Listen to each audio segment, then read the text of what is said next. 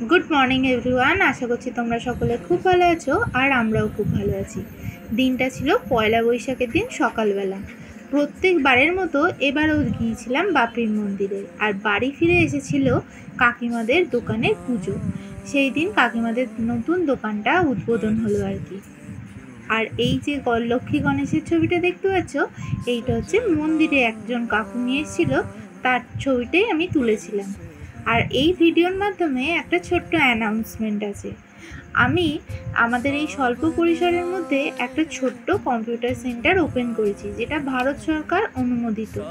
আমাকে যারা চেনো বা আমার আশেপাশে থেকে থাকো তারা যোগাযোগ করতে পারো।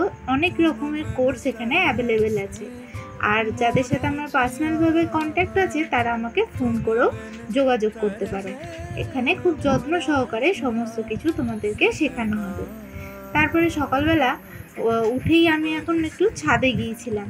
আর আমার মায়ের দেখো ছাদের গাছের কত রকমের গাছ হয়েছে, পুঁই শাক, তারপরে হচ্ছে নানান রকমের শাক, আবার বেল ফুলের গাছটা মরে গিয়েছিল, কিন্তু তাতে আবার সার দিয়ে, এমনি ওই যে গোবর সার হয় সেটা দেওয়া হয়েছিল। আর মায়ের একটা স্পেশাল সার বলতে পারো যেটা হচ্ছে কলার খোলা, সেইটা দেয়া হয়।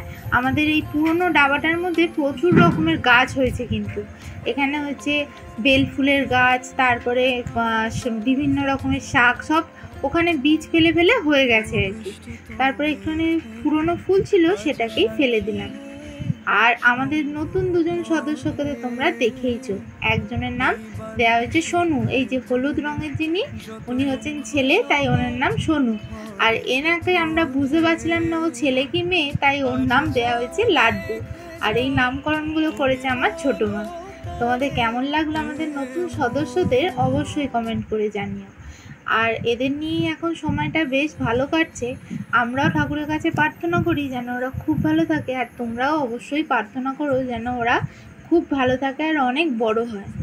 নিজেদের যথাসাধ্যভাবে আমরা চেষ্টা করছি ওদেরকে ভালো রাখার জন্য।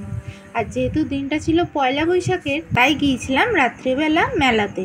আর ভিডিও শেষে আমি আমার কম্পিউটার সেন্টারের ক্লিপিংসটা অ্যাড করে দিলাম, সেটা এখান থেকে তোমরা দেখে নিয়ে অবশ্যই যোগাযোগ করতে পারো আমার নিয়ার লোকেশানে যারা থাকো।